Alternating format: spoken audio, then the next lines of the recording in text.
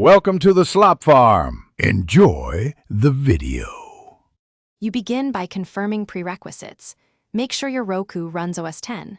0 or higher and AirPlay is enabled in settings, otherwise the protocol won't appear.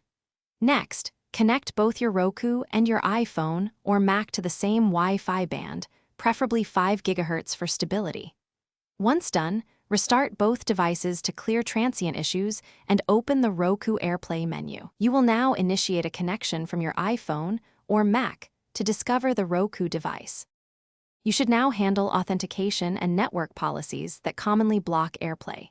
If a pairing code appears on the TV, enter it on your iPhone or Mac. You can change the Roku Require Code setting to first use for smoother recurring connects. Make sure your router allows multicast and bonjour traffic, disable AP isolation, and turn off VPNs or proxy services on both devices. Also, tweak router co-s to prioritize streaming if you experience lag.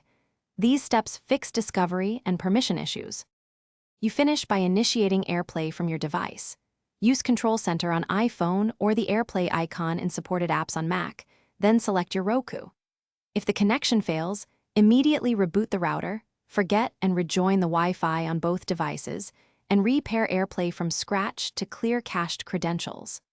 As a last resort, perform a factory restart on the Roku, but make sure you've noted channel logins and settings, because this resets apps and preferences. This solves persistent firmware or configuration corruption. Thanks for watching. Consider subscribing if we helped you today.